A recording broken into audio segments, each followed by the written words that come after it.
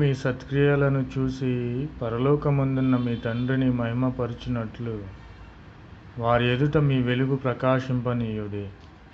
ఆమేన్. ప్రభునామమునకు స్తోత్రములు కలుగునుగాక. మనము లోకమునకు ఉప్పై ఉన్నాము.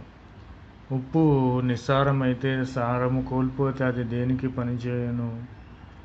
మనము కాబట్టి లోకమునకు ఉప్పై ఉండాలి.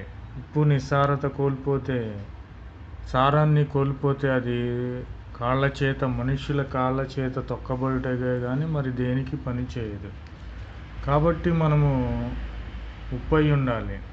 కూరలో అన్నీ వేసాము కానీ ఉప్పు వేయలేదు, రుచి రాదు కదా. ఉప్పు వేసిన వెంటనే ఆ కూరకి ఒక రుచి అనేది వస్తుంది. అలాగనే మనము లోకమునకు వెలుగై ఉన్నాము. కాబట్టి మనము మన వెలుగు మనుషుల ఎదుట ప్రకాశింపచేయాలి. మనుషులు